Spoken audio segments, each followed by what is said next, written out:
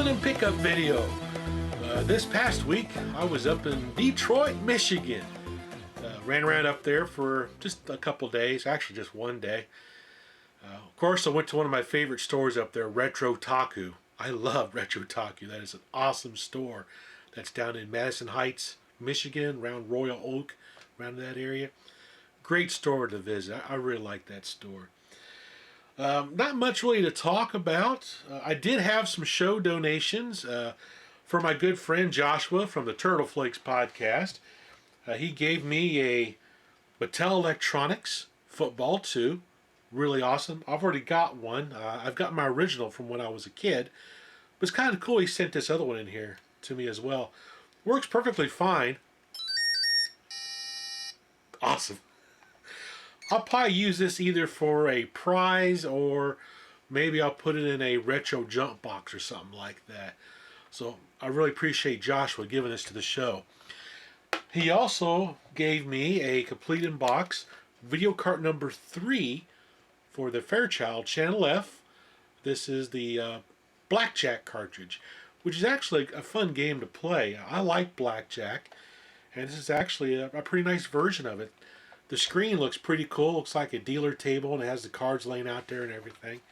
Pretty awesome that he donated that. He also gave me 2 of the Zircon Video Command joysticks. These are like for the Atari 2600, VIC-20, Commodore 64, the Atari 8-bits, that kind of stuff. It's got a nice little fire button right here. 4-way control. Pretty cool little joysticks. I'm pretty happy to have these. I'm going to keep these in my collection because I kind of like these oddball joysticks. He also donated this head-to-head talking baseball by Tiger Games. Now, I'm not really into collecting LCD games per se. There's certain ones I'll get, like the Pac-Man mini arcade I picked up, that kind of thing, because it has a arcade theme. That'll probably end up picking up. This, I really appreciate he donated this to the show and everything. I'm going to send this to my buddy Phil, the No Swear Gamer, because he likes this kind of stuff, and figure he might like to do a review video on this for his channel or something. But it's actually not too bad of a game. Of course, I forgot how to turn the frickin' thing on. Oh, there it is. On. Duh. So let's see. How you start? Start. Good afternoon. Beautiful day for a ball game between the Titans and the Jammers. The Jammers team leads off. Strike 1. Strike 1. And 1. Wait a minute. Hey, how you bat? Strike 2. Here we go. Oh, and Let's 2. see if we can hit the ball. Oop, missed the ball. Strike 3. You're out. 1 out. Oh, come on. I can't hit the frickin' ball. Oh, and 1. Try it again. There we go. Single to right. That's pretty cool how it talks. Strike 1. All right. Oh, Enough of and you. 1. Off. Off. Alrighty. Now I actually have some vintage toy pickups I've had as well, mainly for the Toy Tomb podcast. Some of these I might keep in my collection. I mainly picked them up to make videos about for the Toy Tomb. So once I make a video and I talk about them on the Toy Tomb contest, Toy Tomb podcast, I'll probably just sell them, or there's a vintage comic book and toy store about an hour and a half away from me. I might take them there and just put them on consignment or something like that, because I really don't have the room to keep all these classic toys and stuff along with my video games. But there's some things I'm going to definitely hang on to, usually stuff that's got special meaning to me, you know, like my Toby Big Loader. That I'll never get rid of. I'll keep that. Stuff like that. So I found a Coleco Starcades. These are like little miniature arcade games, like carnival games. They wind up, got a little winder right here, and you got a little action button. And in this particular game, you try to throw a ball into the monkey's arms. When he goes across, he'll dump the ball into this receptacle over here. You want to see how many balls you can get over into this receptacle.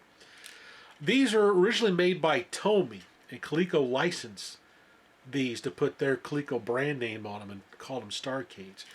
There was 1, 2, 3, 4, 5. There were 6 different ones. So I'll probably do a podcast mini-sode for ColecoVisions talking about these Starcades. If I'm able to collect the whole set, I'll do a video as well on all of them. So on the lookout for these little guys. Also picked up a classic game, Don't Break the Ice. I loved this game when I was a kid. Great game. I'll be making a video of this, of my wife and I playing this game for the Toy Tomb, probably later on this weekend. So I'm pretty stoked about finding this. Made by Shopner, the same people who made Stomper 4x4s. Oh yeah. And then I picked up another board game by Epoch, which is really cool. It's called Torpedo Game. And basically, you have ships that you put on the playing board. And it has a clear blue plastic top. So the balls that you shoot are underneath like the simulated water. You got a periscope you can look through, which when you turn, it'll aim your gun. You shoot the torpedo across, you try and knock off the submarine, the battleship, and the flagship from the other player's side. You have a limited amount of ammunition, and depending on how many you knock off is how many points you have. I'll be doing a video on this for the Toy Tomb, and I'll be talking about it on a Toy Tomb episode. This is a game I played a lot with one of my friends that had this when I was growing up. It's a really great game. And then, of course, I was able to get a hold of my first ever train set. I found a Marx mechanical train set, complete in the box. It looks pristine. It almost looks brand new. Even has the instruction manual with it. I'm really stoked to find this. A lot of fond memories of this train set. I've actually got a picture of me getting this for Christmas when I was like 6, I believe, at my grandparents' house. So I'll be doing a video on this most definitely, and it will be talked about on the Toy Tomb podcast. Pretty awesome. That I'm keeping. I don't know what happened to my original one, but this one I'm going to make sure I keep track of. And then now we're going to get to game pickups. I know I'm tired of looking at the toys, but I like toys along with games. Let's look at some game pickups. Now these I picked up in Detroit. Got a hold of Atlantis by a Magic for the Atari 8-bit. Not too bad of a game. Found it at a store called Get Your Game On. I can't remember what town it was in. It was close to Waterford, Michigan, if I remember right. They had a few Atari 8-bit games in there, and not too bad of prices. I bought a Gorf there, but unfortunately it's dead on arrival. I tried cleaning the tips, the contact tips, and I can't revive that cartridge. It's dead. So I'm not showing that one because it's dead. Matter of fact, I took it apart because it's dead. But anyway, a couple other games I picked up. These I got at Retro Taku. I picked up Sonic Shuffle. It's basically a board game / card battle game. It's the best way I can describe it. I love the Mario Party games on the original Nintendo 64 and on the Wii and stuff like that. This is kind of like that, not exactly, but similar to it. Not played it enough to see what all it does. Basically, what I've seen is you pick a card, you move that many spaces, you have battles, you get gems. These gems give you power-ups, things of that nature. It's actually not too bad of a game. It'd be a really fun party game because up to 4 players can play this. So, yeah, I will probably spend a little bit more time with this to see what all it will actually do.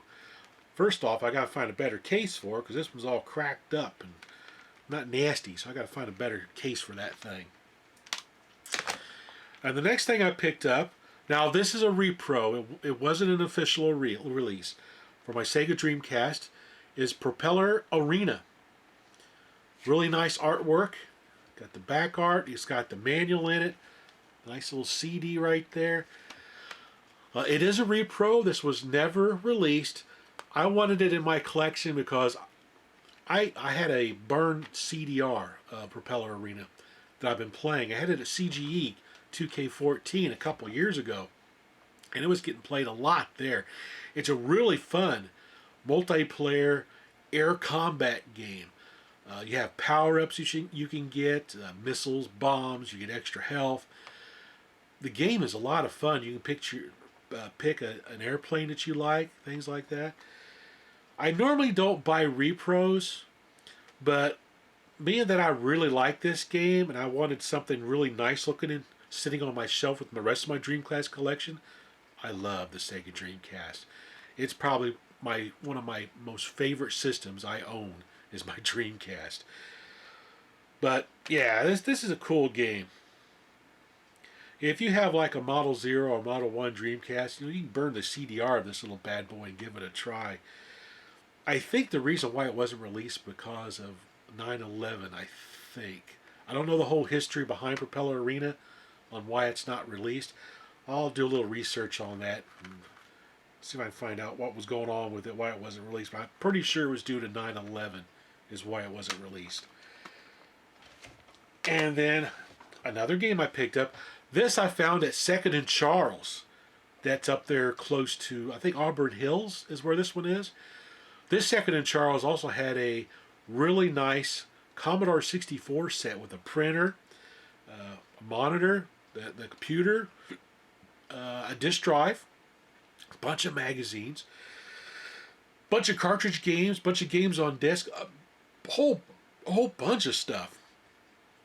And it wanted $275 for the lot.